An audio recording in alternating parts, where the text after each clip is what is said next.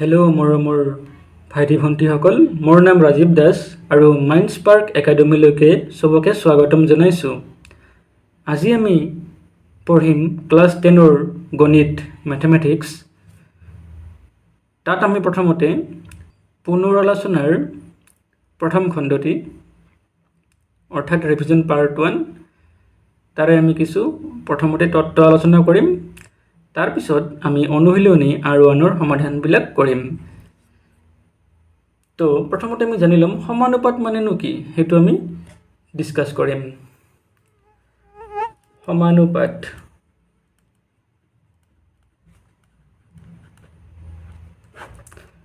সমানুপাত হৈছে দুটা অনুপাতৰ সমতা বা তুলনা, অৰ্থাৎ দুটা অনুপাতক আমি যেতিয়া তুলনা কৰোঁ, ঠিক আছে, তেতিয়া তাক সমানুপাত বুলি কোৱা হয়। উদাহৰণ যদি দিব লাগে তেতিয়াহ'লে ধৰি লোৱা A:B = X:Y। এনেকৈ থাকিলে আমি ইয়াক সমানুপাতত থকা বুলি কওঁ। উদাহৰণ ধৰা 2 কেজি চাউলৰ মূল্য সমান 70 টকা দিয়া আছে ধৰা, ঠিক আছে। তেন্তে 7 কেজি চাউলৰ মূল্যনো কিমান হ'ব? অৰ্থাৎ তেন্তে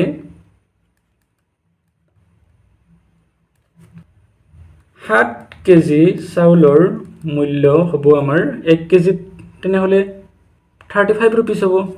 অৰ্থাৎ 35 × 7। 7 × 5 = 35, 7 × 3 = 7 × 3 = 21, 21 × 3 = 24, অৰ্থাৎ 245 টকা হ'ব, ঠিক আছে। অৰ্থাৎ এৰ জেগাত যদি ভাবোঁ আমি 2 কেজি বিত যদি ভাবোঁ আমি তেতিয়া 7 কেজি সমান 2 কেজিৰ মূল্য যদি আমাৰ হয় 70 টকা 7 কেজিৰ মূল্য হ'ব 245, ঠিক আছে। গতিকে এই যিটো আমি এটা সমীকৰণ পালোঁ, এই সমীকৰণটোকে আমি এটা সমানুপাত বুলি ক'ব পাৰোঁ। এটা সমানুপাত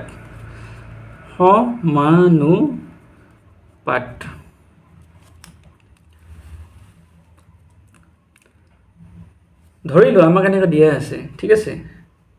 যদি A:B = C:D, তেন্তে A,B,C,D এই ৰাশিখিনি, অৰ্থাৎ এই ৰাশিকেইটাক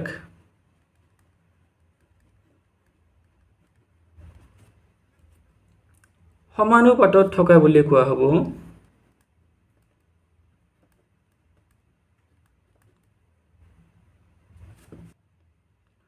সমানুপাতত থকা বুলি কোৱা হয়। সমানুপাতত থকা বুলি কোৱা হয়, অৰ্থাৎ A:B = C:D। A:B মানে A/Bও লিখিব পাৰোঁ, C:D মানে তেনেকৈ আমি C/Dও লিখিব পাৰোঁ। এতিয়া যদি আমি বজ্ৰপূৰণ কৰোঁ, বজ্ৰপূৰণ মানে এৰে ডিক পূৰণ আকৌ বিৰে চিক পূৰণ, ঠিক আছে। অৰ্থাৎ A × D = B × C। A × D মানে AD = তেনেকৈ BC। অৰ্থাৎ আমি এটা সমীকৰণ পালোঁ, এটা সূত্ৰ পালোঁ যে AD = BC। তাৰমানে যদি A,B,C,D এইকেইটা সমানুপাতত থাকে তেন্তে ইয়াৰ প্ৰান্ত দুটাৰ পূৰণফল, অৰ্থাৎ প্ৰান্তত কি আছিলে আমাৰ, এইটো লেফ্ট ছাইডৰ প্ৰান্ত, আকৌ এই ডিটো ৰাইট ছাইডৰ প্ৰান্ত। এই প্ৰান্ত দুটাৰ পূৰণফল সমান মাধ্য দুটাৰ পূৰণফল ঠিক আছে এই দুটা মাজত আছে নহয় মাধ্য দুটাৰ পূৰণফল অৰ্থাৎ আমি লিখিব পাৰোঁ যদি a b c d সমানুপাতত থাকে তেন্তে প্ৰান্ত দুটাৰ পূৰণফল সমান মাধ্য দুটাৰ পূৰণফল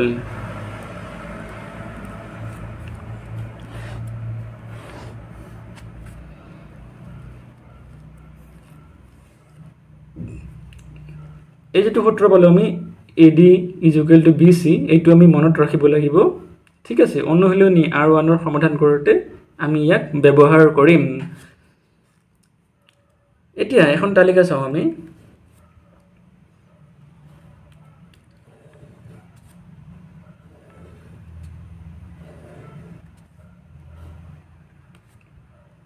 ধৰা ইয়াত x বাঢ়ি যাই আছে আকৌ ইয়াত y অৰ্থাৎ x সাপেক্ষে y বাঢ়ি যাব ইয়াত যদি 1 দিয়া হয় তেনেহলে ইয়াত হয় ধৰি লোৱা 44 আকৌ ইয়াত যদি 2 দিয়া হয় কিমান হ'ব তেতিয়া কাৰণ 1 দিলে 44 গুণ অৰ্থাৎ 44 গুণ বাঢ়ি গৈছে নহয় এটা 2 দিলে আকৌ 44 গুণ বাঢ়ি যাব ইয়াত 1 দিয়াৰ লগে লগে 44 হৈছে অৰ্থাৎ 44 গুণ বাঢ়ি গৈছে একৰ লগত তো 2 দিলে আকৌ ইয়াৰ দুগুণ বাঢ়িব অৰ্থাৎ 2 4 গুণ 8 আকৌ 2 4 গুণ 8 তেনেকৈ যদি 3 দিও আকৌ 3 দি 44 গুণ বাঢ়িব অৰ্থাৎ 3 4 গুণ 12 2 হাতে 1 3 4 গুণ 12 হাতে 1 13 এনেকৈ আকৌ যদি ইয়াত আমি 4 দিও তেতিয়াহলে আকৌ 4 দি 44 গুণ বাঢ়িব অৰ্থাৎ 4 4 গুণ 16 6 হাতে 1 4 4 গুণ 16 হাতে 1 17 এনেকৈ বাঢ়ি গৈ থাকিব 5 হলে আকৌ 5 ৰ লগত 44 গুণ বাঢ়িব অৰ্থাৎ 5 4 গুণ 20 ৰ শূন্য হাতে 2 5 4 গুণ 20 হাতে 2 22 এনেকৈ ই বাঢ়ি গৈ থাকিব অৰ্থাৎ আমি দেখা পালো x বাঢ়িলে y ও বাঢ়ি গৈ আছে ন অৰ্থাৎ x = 1 হলে 44 2 হলে 88 3 হলে 132 4 হলে 176 আকৌ 5 হলে 220 অৰ্থাৎ আমি ইয়াক ক'ব পাৰো যে x সমানুপাতিক y অৰ্থাৎ x বাঢ়ি যোৱাৰ লগে লগে y ও বাঢ়ি গৈ আছে বা এনেকৈ ক'ব পাৰো y বাঢ়ি যোৱাৰ লগে লগে x বাঢ়ি গৈ আছে এতিয়া আমি চাম অনুশীলনী R1 অনুশীলনী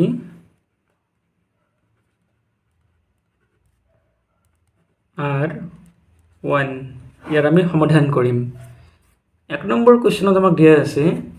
তোমালোকে কিতাপত চোৱা যে তলৰ কোনটো অনুপাত একতা সমানুপাত হ'ব ঠিক আছে আমাক কেইটামান তাৰ কাৰণে সমানুপাত হ'বনে নহব তাৰ কাৰণে আমাক কেইটামান ৰাখি দিয়া হৈছে ঠিক আছে 1 নম্বৰ সলিউশন A নম্বৰত দিয়া আছে 12:21 আৰু 32:56 ঠিক আছে আমি ইয়াক সমানুপাতত আছে না নাই চেক কৰিম কেনেকৈ চেক কৰিম আমি এটা ফৰ্মুলা পাইছিলো নহয় যে AD অৰ্থাৎ প্ৰান্ত দুটাৰ পূৰণফল সমান মাধ্য দুটাৰ পূৰণফল অৰ্থাৎ BC যদি সমানুপাতত থাকে এইখিনি ৰাখি তেনেহলে এই যেটো সূত্ৰ এই সূত্ৰটো সিদ্ধ কৰিব লাগিব অৰ্থাৎ স্যাটিসফাই কৰিব লাগিব ঠিক আছে অৰ্থাৎ AD = BC হ'ব লাগিব তেতিয়াহে আমি ক'ব পাৰিম যে এই ৰাশিখিনি সমানুপাতত আছে আৰু যদি এইখিনি সমান নহয় AD = BC হয় তেনেহলে আমি কম যে এই ৰাশিখিনি সমানুপাতত নাই তো আমি কৰি চাও ইয়াত a মানে হৈছে 12 অৰ্থাৎ 12 ইনটু আকৌ d মানে হৈছে 56 ইয়াক পূৰণ কৰিব লাগিব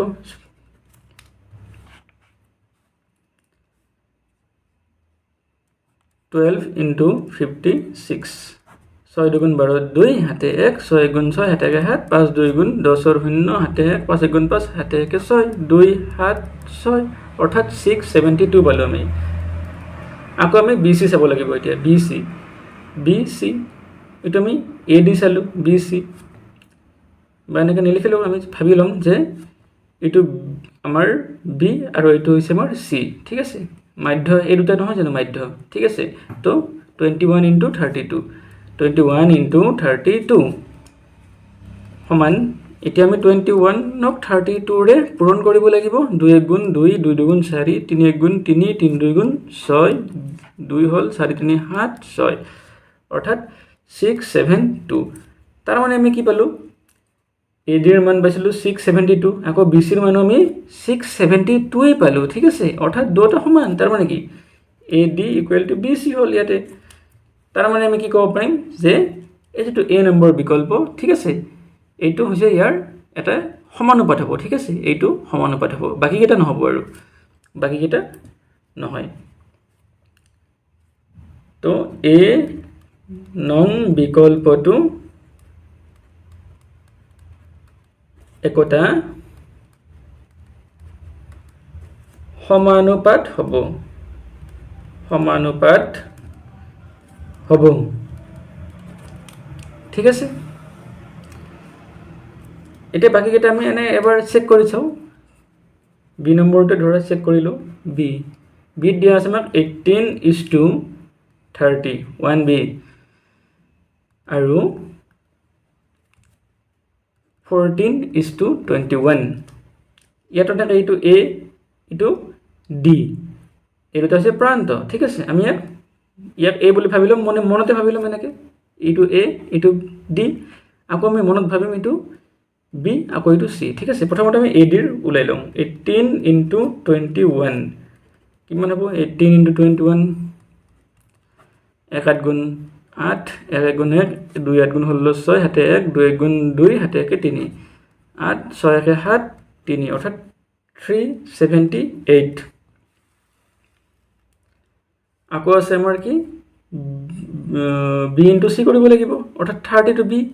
আৰু সি টো হৈছে আমাৰ 14 অৰ্থাৎ 30 * 14 30 * 14 ক মাল্টিপ্লাই কৰো 4 0 0 4 3 গুণ 12 1 0 0 1 3 গুণ 3 0 2 3 1 4 অৰ্থাৎ 420 পালো অৰ্থাৎ AD is not equal to BC okay that means এইটো কি সমানুপাত নহব ঠিক আছে অৰ্থাৎ আতেনাকে তোমালোকে সি নম্বৰ আৰু ডি নম্বৰো কৰি চাব পাৰা ঠিক আছে সি নম্বৰটো বাৰু মই আৰু এবাৰ কৰি দিও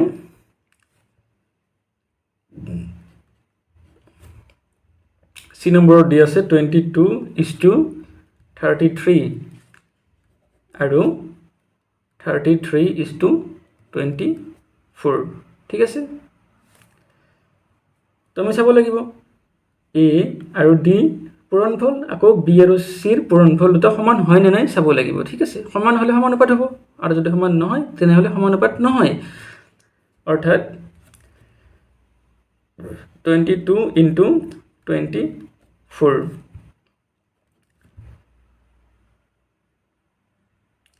22 * 24 কৰিছো কিমান হ'ব আমাৰ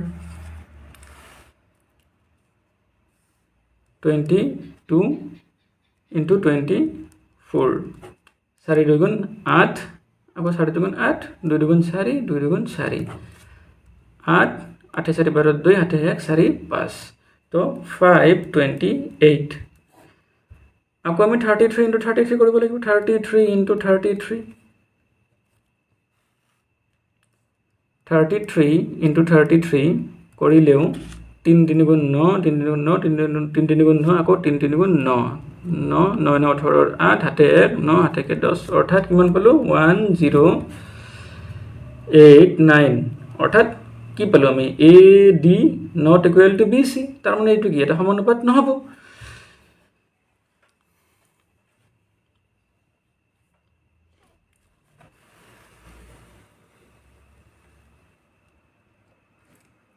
ঠিক একেদৰে তোমালোকে ডি নম্বৰটো কৰি চাব পাৰা কৰি চোৱাৰ পিছত দেখিবা যে ডি নম্বৰটো আমাৰ এটা সমানুপাত নহব ঠিক আছে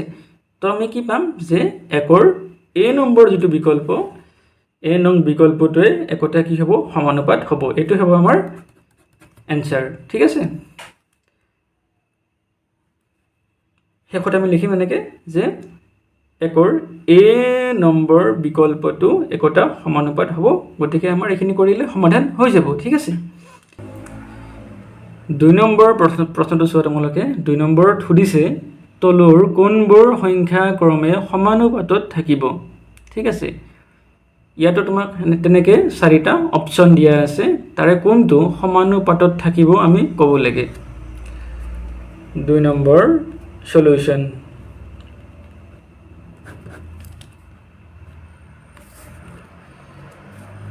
এ নম্বৰ যেটো বিকল্প দিয়া আছে আমাক 2,6,6,8 ঠিক আছে যদি এটা সমানুপাত হয় ঠিক তেনেকৈ AD ইকুৱেল টু BC হ'ব লাগিব তেতিয়াহে সমানুপাত হ'ব ন ইয়াত A মানে 2 আকৌ D মানে হৈছে 8 কাৰণ এই দুটা প্ৰান্ত দুটাৰ পূৰণফল সমান কি আছিল মাধ্য দুটাৰ পূৰণফল মাধ্য দুটা কি আছিল 6 আৰু 6 ঠিক আছে এইখিনি হৈছে মাজত আছে এই কাৰণে মাধ্য এই দুটা সাইডত আছে সাইডত থাকাৰ কাৰণে প্ৰান্ত তো AD মানে কি 2 * 8 2 * 8 2 8 গুণ হ'ব আমাৰ 16 আকৌ আমি চাব লাগিব BC কিমান হয় B মানে 6 C মানে 6 6 গুণ 36 তো 16 is not equal to 36 তাৰ মানে এইটো আমাৰ সমানুপাত নহব ঠিক আছে বি নম্বৰটো আমি চেক কৰো কি হ'ব বি নম্বৰত দিয়া আছে চোৱা তোমালোকে 10, 20, 30, 60 ইয়াত তেনেকৈ চাব লাগিব আমি চেক কৰি আমি আৰু বাৰে বাৰে A D B C বিলাক লিখি নাথাকো ঠিক আছে কাৰণ এইবিলাক MCQ হে আহিব গতিকে আমি মনতে ভাবি লম যে এইটো A এইটো C সৰি এইটো D এইটো A এইটো D এইটো B আকৌ এইটো C এই দুটা প্ৰান্ত এই দুটা মাধ্য তো প্ৰান্ত দুটাৰ পূৰণফলটো কৰিলো আমি কিমান হ'ব 10 * 60 100 গুণ 6 দুটা শূন্য আছে দুটা শূন্য বহিল 600 হল নেক্সট মাধ্য দুটাৰ পূৰণফল চাব লাগিব 20 * 30 2 3 গুণ 6 দুটা শূন্য আছে দুটা শূন্য বহাই দিলো অৰ্থাৎ কি পালো আমি AD is equal to BC তাৰ মানে কি 2 এৰ বি নম্বৰটোৱে কি হ'ব আমাৰ এটা সমানুপাত হ'ব অৰ্থাৎ বি নম্বৰ বিকল্পটোৰ সংখ্যাবোৰ ক্ৰমে কিহত আছে সমানুপাতত আছে ঠিক আছে অৰ্থাৎ এইটো আমাৰ আনসাৰ হ'ব বাকি কেইটা চেক কৰি চাব পৰা আমাৰ এনেকে সি নম্বৰত আছে আমাৰ অলৰেডি আনসাৰ পাই গলো আমি তথাপি আমি সি নম্বৰ আৰু ডি নম্বৰটো চেক কৰি চাব এবাৰ পি আছে তাৰপিছত পি কিউ আকৌ আছে পি স্কোয়ার কিউ আকৌ আছে কিউ স্কোয়ার ঠিক আছে এর দুটা প্রান্ত ইয়ার পূৰণফল পি ইনটু কিউ স্কোয়াৰ তাৰ মানে পি কিউ স্কোয়াৰ আকৌ মাধ্য দুটাৰ পূৰণফল অৰ্থাৎ কি আছে P Q into P square Q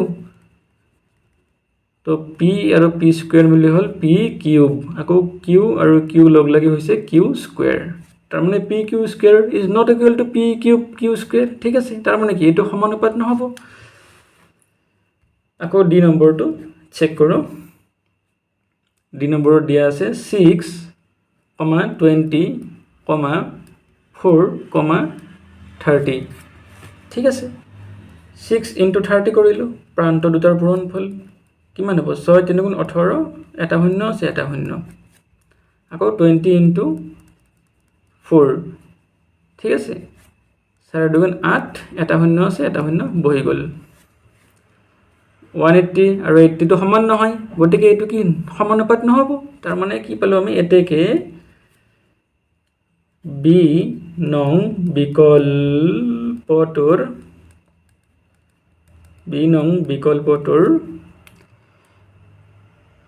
সংখ্যা ক্ৰমে সমানুপাতত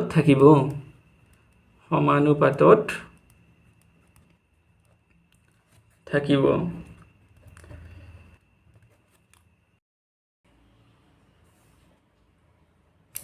এতিয়া আমি চাম 3 1 নম্বৰটো 3 নম্বৰত আমাক দিয়া আছে খালি ঠাই পুৰোৱা অৰ্থাৎ খালি ঠাই পূৰণ কৰিব লাগে তিনিৰ 1 সলিউশন দিয়া আছে আমাক এটা বৃত্তৰ কালি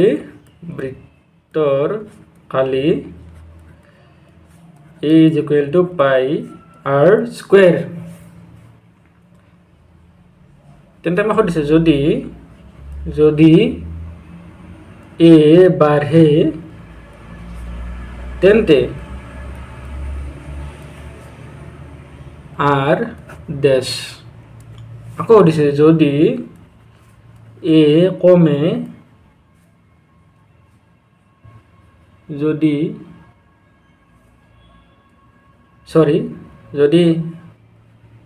r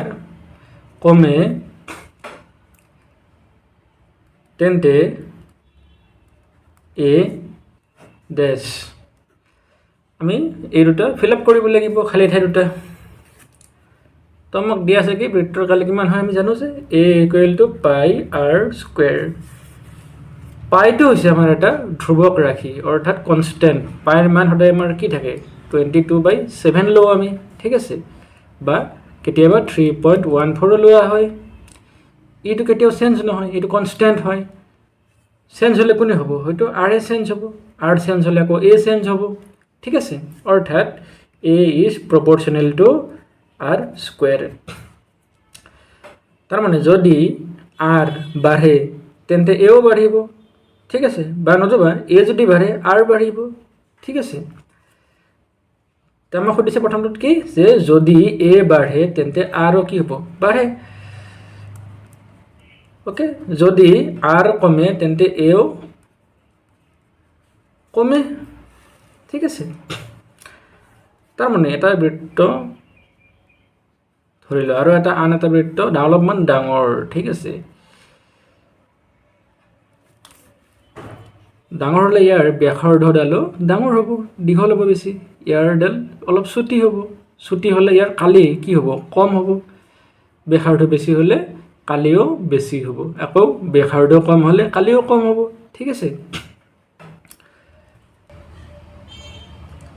এটা উদাহৰণ যদি দি চাও एग्जांपल হিচাপত অলপ বুজিবৰ কাৰণে তেতিয়া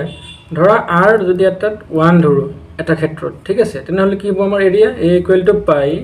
r মানে যদি 1 ধৰো 1 স্কয়াৰ তাৰ মানে only পাই r 1 স্কয়াৰ মানে তো 1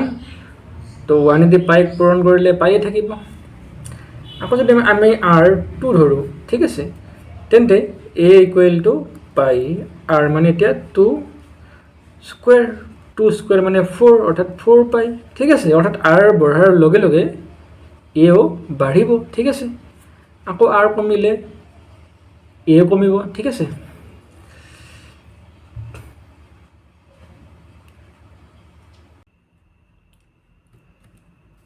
এতিয়া আমি 3 এর 2 নম্বৰটো চাও 3 এৰ 2 নম্বৰ সলিউশন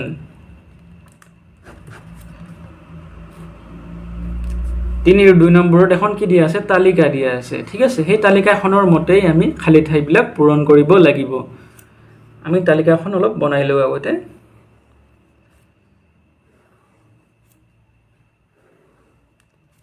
স্কেলেৰে বনাব লাগে তথাপি মই হাতেৰে বনাইছো যাতে আমাৰ সময় অলপ ৰাহি হয় তোমালোকে স্কেলেৰে কৰিবা ইয়াত t বহিছে আকৌ ইয়াত d ঠিক আছে অৰ্থাৎ সময় সাপেক্ষে ইয়াত দূৰত্ব বাহিৰ কৰা হৈছে যদি ইয়াত 1 হয় তেতিয়া ইয়াত কিমান হয় 4 ঠিক আছে অৰ্থাৎ 4 গুণ বাঢ়ি যায় 2 হলে আকৌ 4 গুণ বাঢ়িব 2 4 গুণ 8 হ'ব 3 হলে আকৌ 4 গুণ বাঢ়িব 3 4 গুণ 12 হ'ব আকৌ যদি ইয়াত 4 হয় আকৌ 4 গুণ বাঢ়িব 4 4 গুণ 16 হ'ব এনেকে বাঢ়ি বাঢ়ি যাই থাকিব 5 হলে ইয়াত 5 4 গুণ 20 হ'ব এতিয়া ইয়াত 6 দিছে ইয়াত কি খালি ঠাই ৰাখিছে ন আকৌ ইয়াত খালি ঠাই ৰাখিছে ইয়াত দিছে 28 আকৌ এটো খালি ঠাই ৰাখি পেলাই ইয়াত দিছে আমাক 36 আৰু এটো খালি ঠাই ৰাখিছে এখিনি আমি ফিল আপ কৰিব লাগিব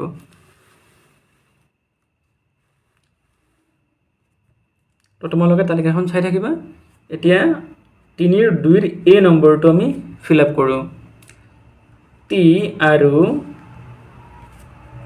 d a ড্যাশ ভাবে বিচৰণ কৰে, ড্যাশ ভাবে বিচৰণ কৰে। কিভাবে বিচৰণ কৰিছে? যদি টি বাঢ়িছে, আমি দেখা পাইছোঁ ন ইয়াতে তালিকাখনত, যদি টি বাঢ়িছে ডিও বাঢ়িছে লগে লগে, ঠিক আছে।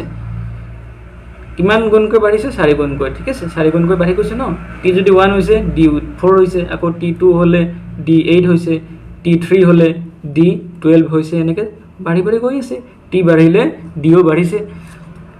টি আৰু ডিয়ে প্ৰত্যক্ষভাৱে, কিভাৱে? প্ৰত্যক্ষ বা সমানুপাতিকভাৱে, সমানুপাত বুলি দিলেও হ'ব বা প্ৰত্যক্ষ দিব পৰা, প্ৰত্যক্ষভাৱে বিচৰণ কৰে বা সমানুপাতত, ঠিক আছে, সমানুপাতত বা সমানুপাতিকভাৱে বিচৰণ কৰে, ঠিক আছে।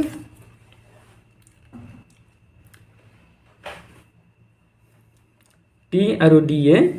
সমানুপাতিকভাৱে বিচৰণ কৰে বা টি আৰু ডিয়ে প্ৰত্যক্ষভাৱে বিচৰণ কৰে, কিবা এটা লিখিলেই হ'ল। নেক্সট বি নম্বৰটো আছে। বি নম্বৰত আছে আমাৰ টি ইকুৱেল টু 6 হ'লে ডি কিমান হ'ব? অৰ্থাৎ টি ইকুৱেল টু যদি 6 হয় হ'লে ডি সমান কিমান হ'ব? টি যদি 6 হয়, 4 গুণকৈ বাঢ়ি যাই আছিল ন, 4 গুণকৈ বাঢ়ি যাই আছে ডিটো, তো 6 4 গুণ কিমান হ'ব? 24, 24 এনচাৰ। এইটো এটা এনচাৰ। আকৌ চি নম্বৰটো চাওঁ। চি নম্বৰত দিছে ডি ইকুৱেল টু 28 হ'লে টি ইকুৱেল টু কিমান হ'ব? ডি ইকুৱেল টু 28 যদি হয় হ'লে টি সমান কিমান হ'ব? 28 হ'লে টিৰ মান কিমান হ'ব? ইয়াতে 7 হ'ব। কাৰণ কি? 4 দি ইয়াক হৰণ কৰিব লাগিব। 4 দি 7 বাৰ যাব, 4 7 গুণ 28, ঠিক আছে। যেনেকৈ টি 1 গুণ বাঢ়িলে 4 গুণকৈ বাঢ়ি যাইছিলে ন, ঠিক আছে। ইয়াত 4 গুণকৈ বাঢ়ি যাইছে ডিটো, ঠিক আছে। যদি আমি ডিৰ পৰা টি ওলাব লাগে, উল্টাকৈ ওলাব লাগিব। তাৰমানে কি? 4ৰে হৰণ কৰিব লাগিব এই সংখ্যাটোক। অৰ্থাৎ 4ৰে হৰণ কৰিলে পাম আমি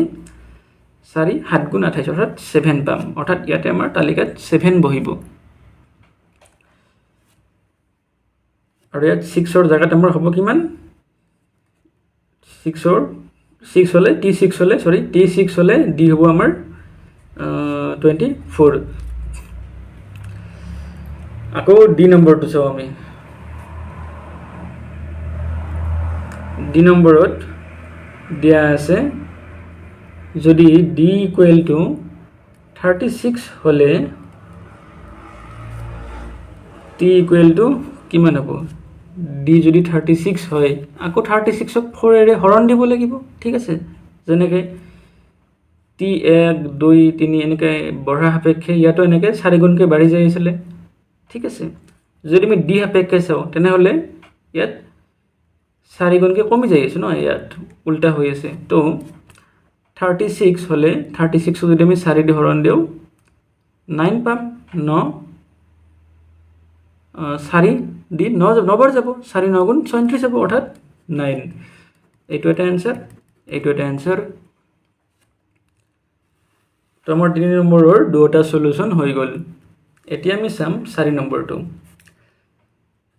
4 নম্বৰ সলিউশ্যন।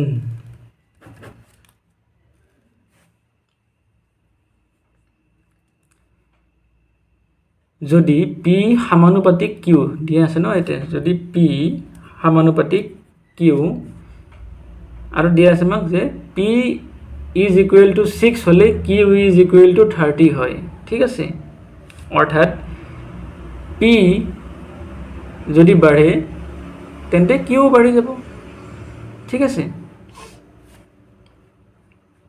কাৰণ সমানুপাতিকত আছে ন, ব্যস্তানুপাতিকতটো নাই, সেইকাৰণে সমানুপাতিকত যিহেতুকে আছে পি বাঢ়িলে কিউ বাঢ়িব, ঠিক আছে। আকৌ কিউ বাঢ়িলে পি বাঢ়িব, তেনেকুৱা কথা। ইয়াত যেনেকৈ টি বাঢ়িলে ডি বাঢ়িছিল, আকৌ যেনেকৈ ডি বাঢ়িলেও টি বাঢ়িছিলে, ঠিক আছে।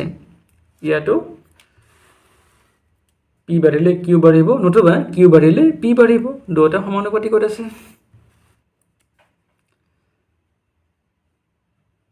তেন্তে ইয়াত কি কৈছে? পি ইকুৱেল টু যদি আমাৰ 6 হ'লে ইয়াত কৈছে কিউ ইজ ইকুৱেল টু 30 হয় ঠিক আছে তেন্তে পি ইকুৱেল টু যদি 2 হয় ঠিক আছে তেন্তে আমাৰ কিউৰ মান কিমান ওলাব লাগে আমি যদি ইয়াত লক্ষ্য কৰোঁ পি 6 হলে কিউ 30 হৈছে অৰ্থাৎ কিমান গুণ বাঢ়িছে 6 5 গুণ 30 অৰ্থাৎ 5 গুণ বাঢ়িছে তেনেহ'লে পি যদি 2 হয় ইয়াতো কিউ 5 গুণ বাঢ়িব অৰ্থাৎ 2 5 গুণ 10 হ'ব অৰ্থাৎ কিউ ইকুৱেল টু আমাৰ কিমান হ'ব কিউ ইকুৱেল টু 10 অপশ্যন আছে আমাৰ চিট গতিকে বিকল্প অৰ্থাৎ বা চি নং বিকল্প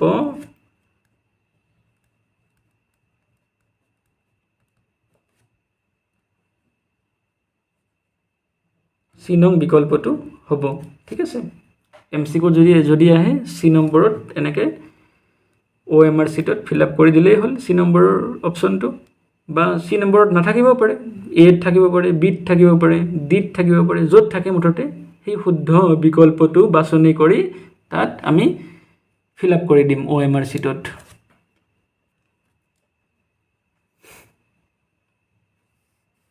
এতিয়া আমি চাম 5 নম্বৰৰ সলিউশন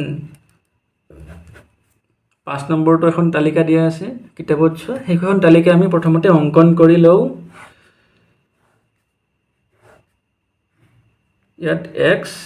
ইয়াত y দিয়া আছে 1 32 2 16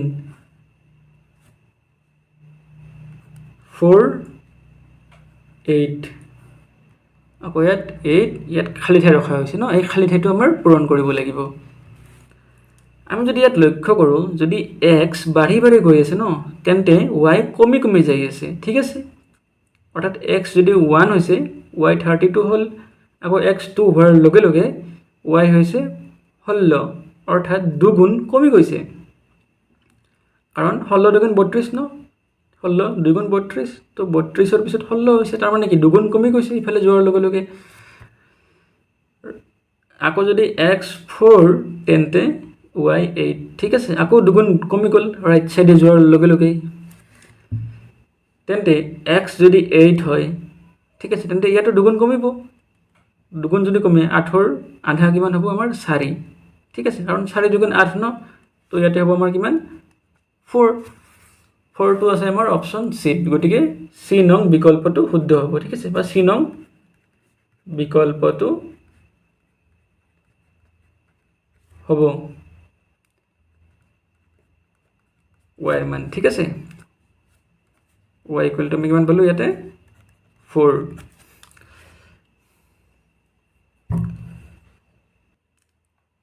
তো ইয়াতে আমাৰ